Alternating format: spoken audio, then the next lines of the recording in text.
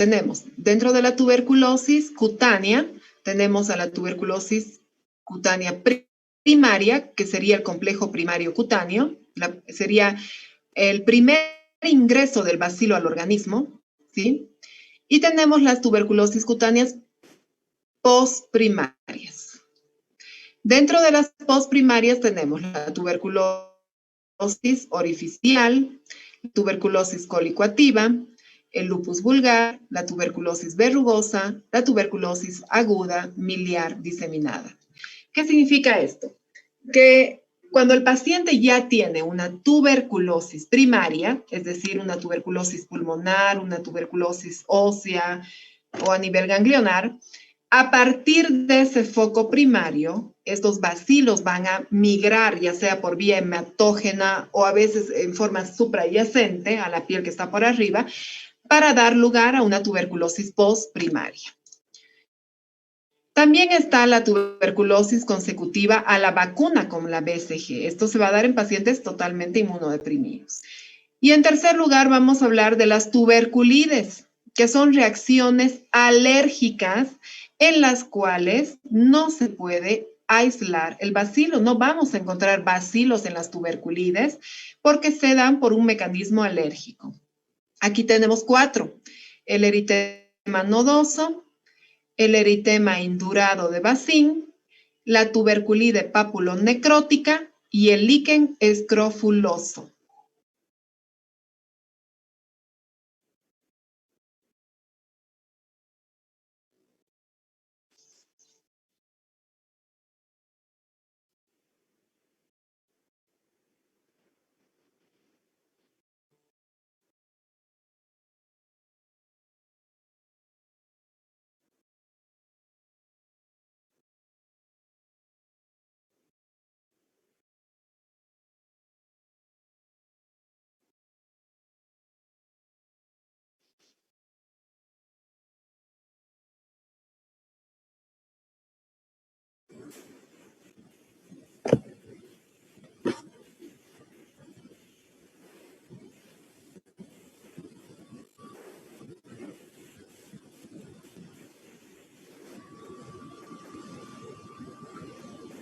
Apaguen sus micrófonos, por favor.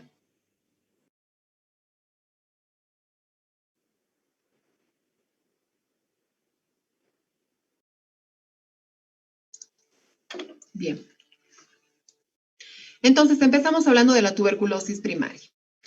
Esta es el resultado de la infección por el bacilo de Koch en la piel y en las mucosas de un huésped no infectado, siendo necesaria la alteración de la barrera cutánea. Es decir, es el primer ingreso del bacilo al organismo y va a poder ingresar solamente si hay una solución de continuidad en la piel o en las mucosas. La primera lesión que aparece es una pápula que luego se va a ulcerar y 3 a 8 semanas después de aparecida esta pápula aparecen los ganglios regionales, aparece la adenitis regional. A todo esto, es decir, a esa lesión primaria que es la pápula, esa lesión elemental, más la adenitis regional, se conoce como complejo primario. Este conjunto de la lesión elemental más la adenitis regional se conoce como complejo primario de la tuberculosis. Es el primer contacto, es el primer ingreso del bacilo al organismo.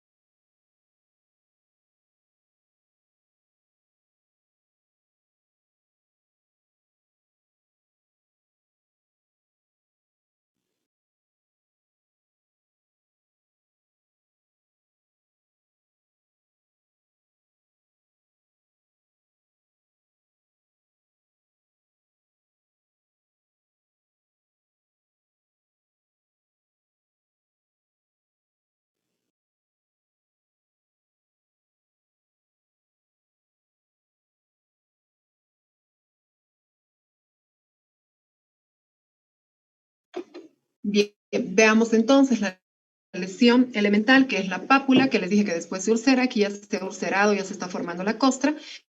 Y aquí vemos el ganglio regional. Aquí también la pápula y el ganglio. Ambos constituyen el complejo primario. Bien, seguimos con la tuberculosis postprimaria. Vamos a hablar de la tuberculosis orificial. Esta es la tuberculosis de la piel y de las mucosas, como dice su nombre, de los orificios naturales en una persona que ya tenga una tuberculosis visceral. Es decir, el foco primario va a ser esa tuberculosis visceral y a partir de esa tuberculosis visceral, estos bacilos van a migrar hacia los orificios naturales para provocar esta tuberculosis orificial. La localización más frecuente es la boca, luego está la vulva y el ano. La lesión elemental es una úlcera única o múltiple intensamente dolorosa.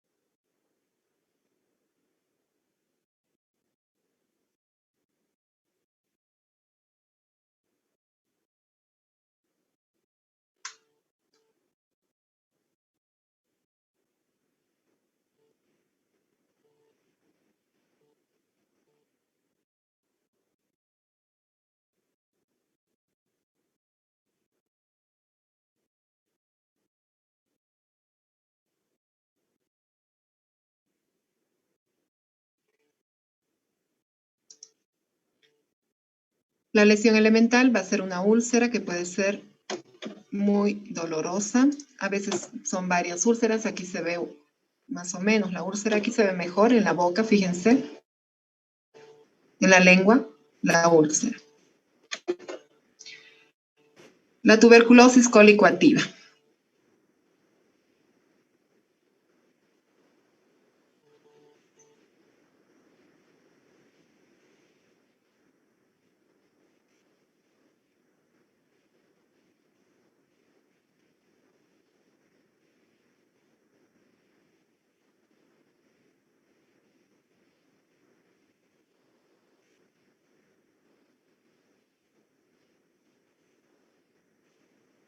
Esta tuberculosis también es una tuberculosis postprimaria y dentro de esta tuberculosis, bueno, aquí vamos a ver procesos subcutáneos que van a dar lugar a la formación de abscesos que se fistulizan al exterior. Y dentro de esta tuberculosis colicoactiva tenemos tres formas clínicas que son el escrofuloderma, ahí está mal escrito, es escrofuloderma, el goma y el pseudomicetoma. Esas son las tres formas clínicas. Vamos a hablar de cada una. Escrofuloderma es la forma de tuberculosis cutánea más frecuente. Es el resultado de la participación de la piel suprayacente en un foco tuberculoso ganglionar, óseo, articular o epididymario.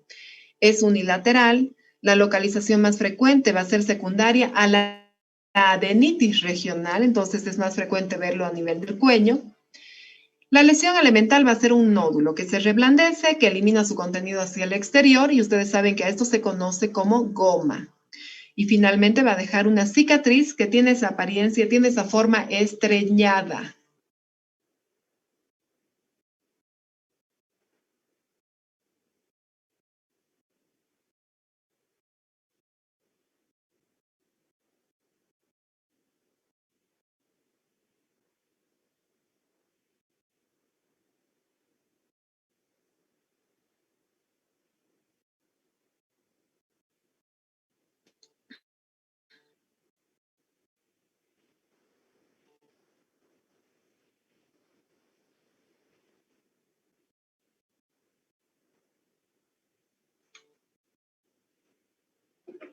Bien, veamos entonces, este es el goma, este este nódulo que se reblandece, va a ir eliminando este contenido. Y finalmente, fíjense cómo cicatriza, tiene esa forma medio estreñada, ¿no? Bien.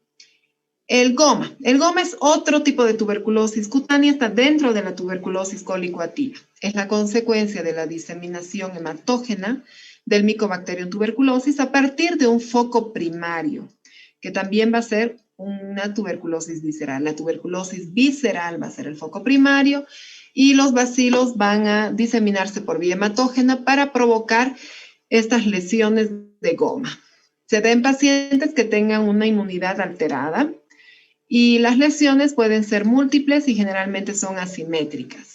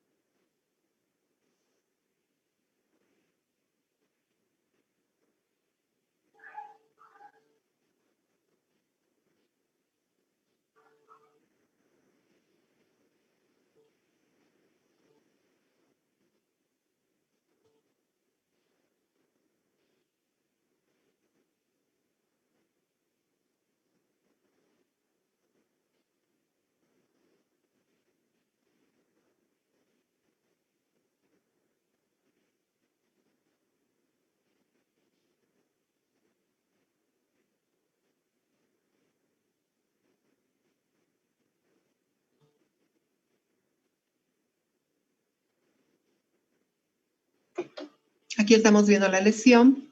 Son nódulos en un primer momento, luego se reblandecen, eliminan también su contenido al exterior. Son menos lesiones, generalmente en miembros inferiores. Y la otra forma clínica dentro de la tuberculosis colicoactiva es el pseudomicetoma. El pseudomicetoma es una tumoración muy inflamatoria, caliente, eritematosa, tiene esa consistencia duro, leñosa, como si tendría una crepitación al palparla.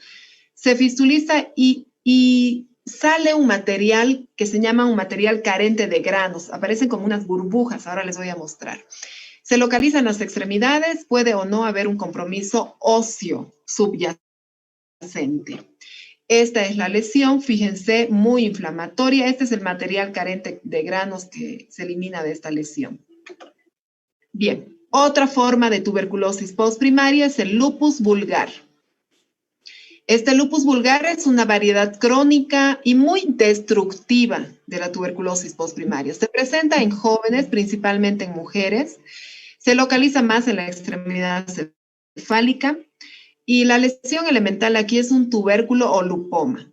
Este tubérculo o lupoma, a la vitropresión, cuando presionamos con una lámina de vidrio esta lesión, vamos a observar que va a aparecer un color o un aspecto en jalea de manzana. Esto es típico de este lupus vulgar. Apretamos el lupoma con una lámina de vidrio y se torna de un color parecido al de la jalea de manzana.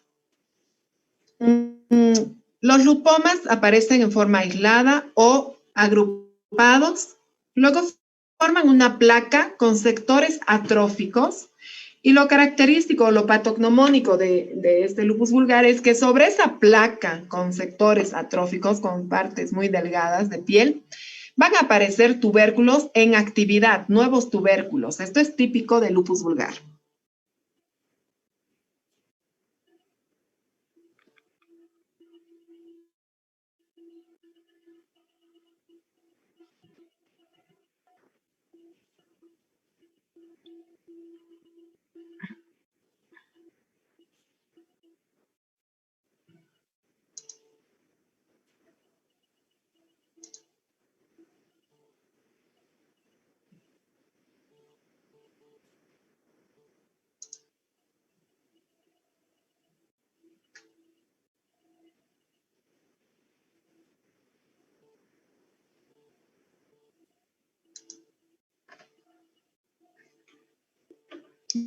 Bien, fíjense, aquí se ve esta placa con zonas atróficas, pero aquí se ve mejor.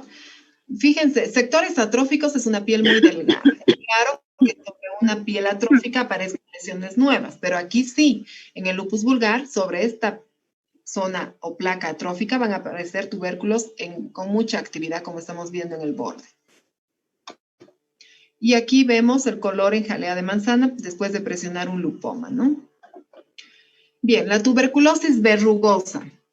Esta tuberculosis se da secundario a la inoculación exógena accidental o profesional de bacilos que pueden venir desde un enfermo con tuberculosis o desde animales infectados con tuberculosis. También se puede dar por autoinoculación desde un mismo paciente. Se localiza principalmente en las manos, en las plantas, en la región perianal y también en glúteos. Aquí la lesión elemental empieza también con una pápula que se va haciendo gruesa, hiperqueratósica. Luego se juntan varias pápulas, van formando una placa de aspecto verrugoso. Es por eso que esta tuberculosis lleva ese nombre, ¿no? Verrugosa. Lo vamos a ver con mucha frecuencia en personas que que cuidan animales, en personas que manipulan la carne de los animales, en veterinarios, en carniceros, lo vemos con mucha frecuencia.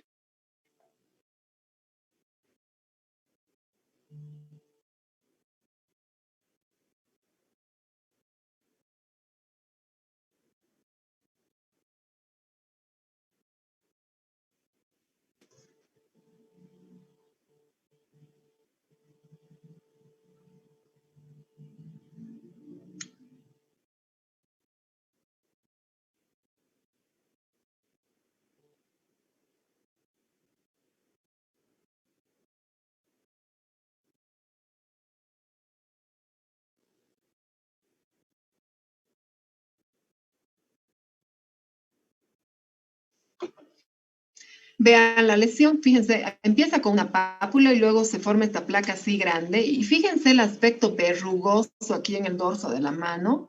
Por eso lleva ese nombre, ¿no? Tuberculosis verrugosa.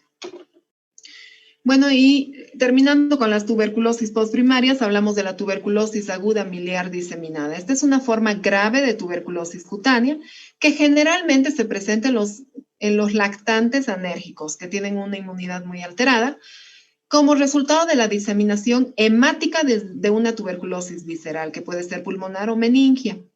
Y son pacientes que van a tener muchas pápulas y se caracterizan estas pápulas porque en su superficie van a estar centradas de vesículas, algo raro de ver, ¿verdad? No vemos pápulas y encima de estas vesículas. Pero aquí sí, en la tuberculosis aguda miliar diseminada, vamos a ver estas pápulas centradas por vesículas, que son muchas, ¿no?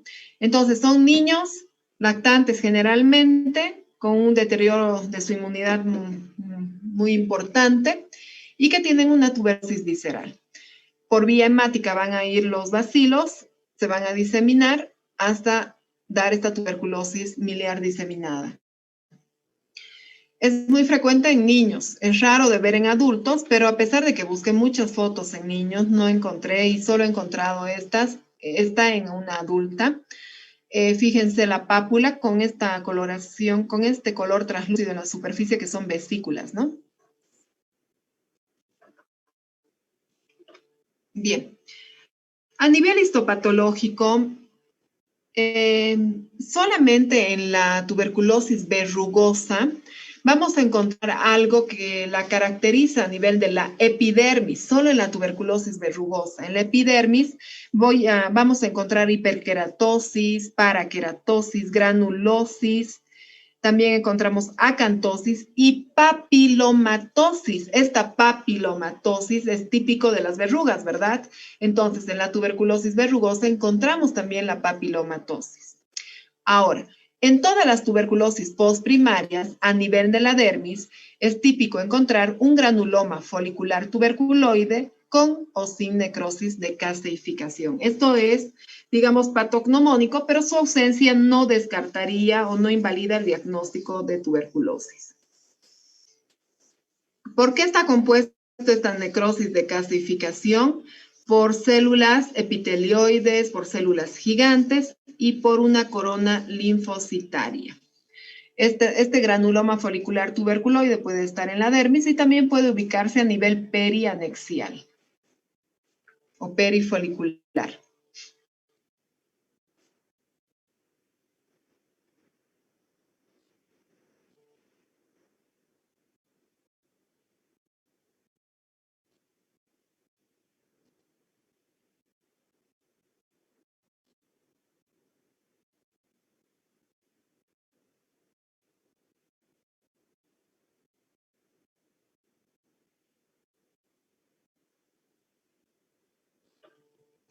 Para llegar al diagnóstico vamos a ir en búsqueda del bacilo, hay que hacer bacteriología, la histopatología que acabamos de hablar. Es importante la sensibilidad a la tuberculina. También es importante interrogar sobre tuberculosis concomitantes en otros órganos. Es muy importante el interrogatorio, buscar estas tuberculosis primarias. Y también, obviamente, es importante ver la respuesta que va a tener el paciente al que hemos diagnosticado con una tuberculosis cutánea al tratamiento o al esquema terapéutico para la tuberculosis, ¿no? Que tendría que ser bueno. Este es el tratamiento para la tuberculosis cutánea y también este es el tratamiento para la tuberculosis pulmonar y extrapulmonar. Dentro de esto también estamos hablando de la tuberculosis cutánea. Es un tratamiento sistémico que se realiza con 3 o 4 drogas, en las cuales siempre en estos esquemas, ya sean 3 o 4 drogas, siempre debe estar la isoniazida y la rifampicina, siempre. Esta es la dosis de la isoniazida de 5 a 8 miligramos kilo peso día, de la rifampicina 10 miligramos kilo peso día, del etambutol 15 a 25 miligramos kilo peso día, de la piracinamida 30 miligramos kilo peso día bioral, de la estreptomicina 1 gramo día intramuscular. Bien, el tratamiento se realiza así: 2 meses con las 4 drogas y después de los 2 meses, 4 meses más solamente con isoniazida y rifampicina. Este es el esquema que se utiliza más para la tuberculosis pulmonar o extrapulmonar. Fíjense, isoniazida, rifampicina, piracinamida y etambutol, estas dosis por 2 meses en forma diaria y después en forma bisemanal, es decir, cada 15 días, se da solamente isoniazida y rifampicina a esta dosis, ¿sí? Por 4 meses más, es decir, 2 meses con las 4 drogas y 4 meses con las 2 drogas cada 15 días. En el caso de resistencia o alergia a alguno de estos fármacos, se puede usar kanamicina, etionamida, moxifloxacina, cicloserina, ácido paraminosalicílico o gatifloxacina. Es raro ver alergia a estos fármacos. Nunca he visto alergia a la isoniazida o rifampicina, lo cual sería complicado porque estas drogas deben estar en los esquemas terapéuticos. Pero sí a la piracinamida y en ese caso se puede dar una de estas que acabo de mencionar.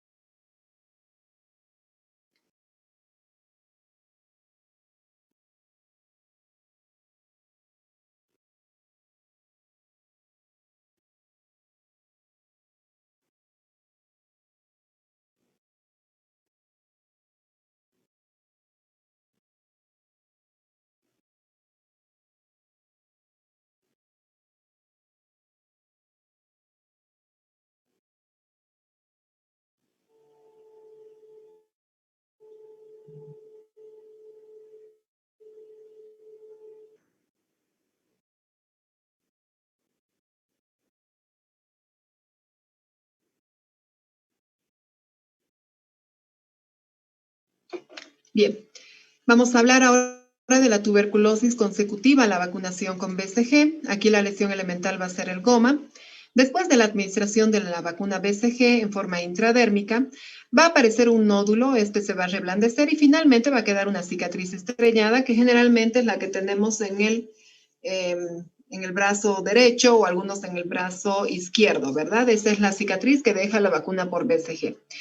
Es rarísimo observar complicaciones de esta vacuna, pero existen, sobre todo en pacientes con un deterioro inmunológico importante.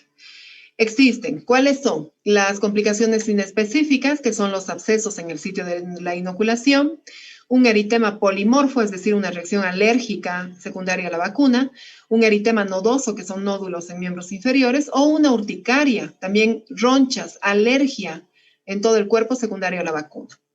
Y también existen complicaciones específicas, y aquí ya estaríamos hablando de las tuberculosis postprimarias. Fíjense, puede presentarse un escrofuloderma secundario a la vacuna con BCG, puede presentarse un lupus vulgar o las tuberculides, que son reacciones alérgicas a distancia. Es raro de ver estas complicaciones, pero existen, ¿no?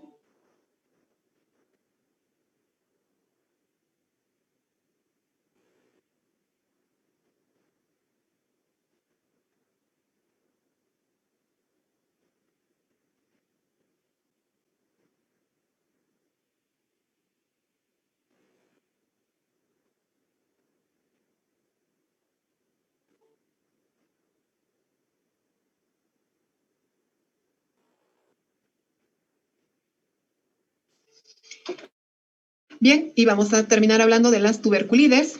Las tuberculides son entidades en las que es imposible aislar el bacilo de las lesiones porque se producen por un mecanismo alérgico. Es por eso que no vamos a encontrar bacilos de origen hematógeno, ¿no? Y aquí tenemos 4, que son el eritema nodoso, el eritema indurado de Bacin, la tuberculide papulonecrótica y el líquen escrofuloso. Bien, el eritema nodoso. ¿Cuándo hemos hablado de eritema nodoso? Recién, al hablar de lepra, ¿recuerdan? Que era una reacción secundaria en el 10% de los pacientes con lepra. Son nódulos también cutáneos que aparecen, en este caso, en las tuberculides pueden aparecer acompañados de síntomas generales como fiebre, dolores articulares, escalofríos y dolor de cabeza. Se localizan principalmente, como en todos los eritemas nodosos, se localizan en la cara de extensión de las piernas, en los muslos y en los miembros superiores. Son nódulos de 2 a 5 centímetros de diámetro. Ya les dije que los nódulos se palpan, más que verlos, pero sobre la piel de los nódulos, la piel que está por encima puede estar roja, puede estar caliente y a veces involucionan en 2 semanas. Entonces, aquí vemos la piel eritematosa. Si palpamos, vamos a palpar ese nódulo hipodérmico bastante profundo. Luego está el eritema indurado de Bacin. Esta es una vasculitis nodular crónica. Como es una vasculitis, vamos a encontrar lesiones o nódulos eritematoviolaceos. Generalmente en las mujeres jóvenes, en las piernas de las mujeres jóvenes, y estos nódulos se pueden reblandecer, se pueden ulcerar y dejar cicatrices deprimidas importantes. Recordemos que es una vasculitis y el color va a ser diferente, van a ser violáceas.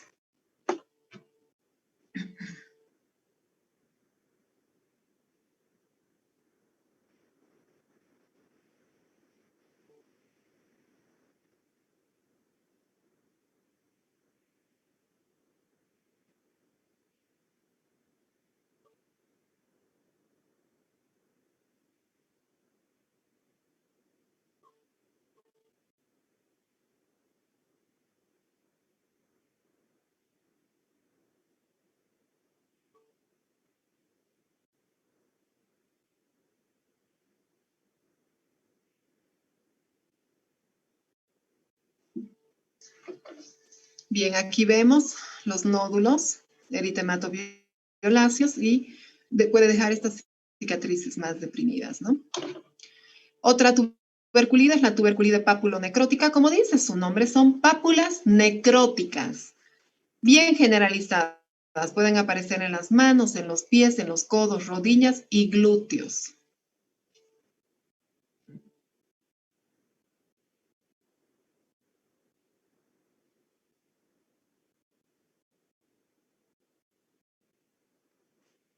Aparece más en los meses de otoño, de invierno.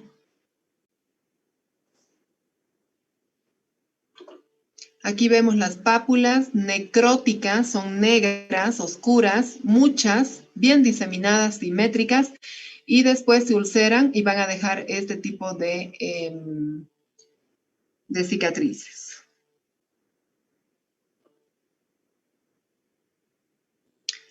Y finalmente el líquen escrofuloso, que es otra tuberculide, es una afección rara, es crónica. También son pápulas un poco más pequeñas, son más milimétricas, 1, 2, 3 milímetros tal vez. No pican, no dan síntomas. Es más frecuente verlo en niños que tienen tuberculosis visceral. Pueden estar en el tronco, en los flancos y pueden incluso llegar hasta la raíz de los miembros superiores o hasta la raíz de los miembros inferiores. Es raro verlo en la cara, ¿no? Más es en tronco.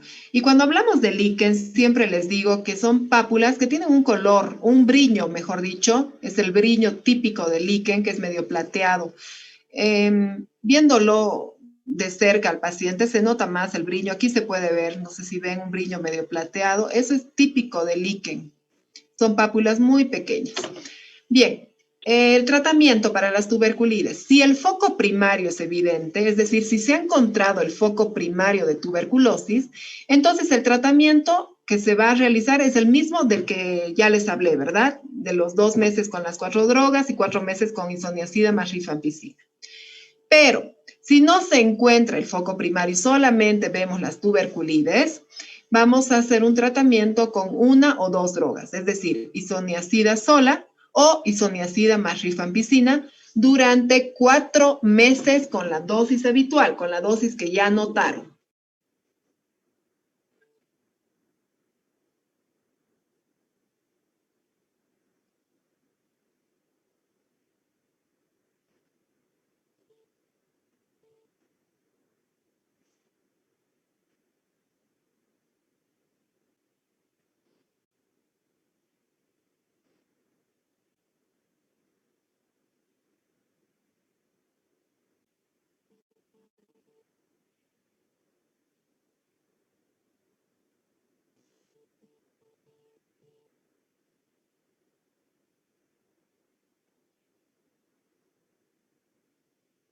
Bien, con eso terminamos el tema de tuberculosis. Vamos a ver otro tema más, que es el carcinoma. Vamos a ver carcinoma vasocelular, que es el cáncer de piel más frecuente.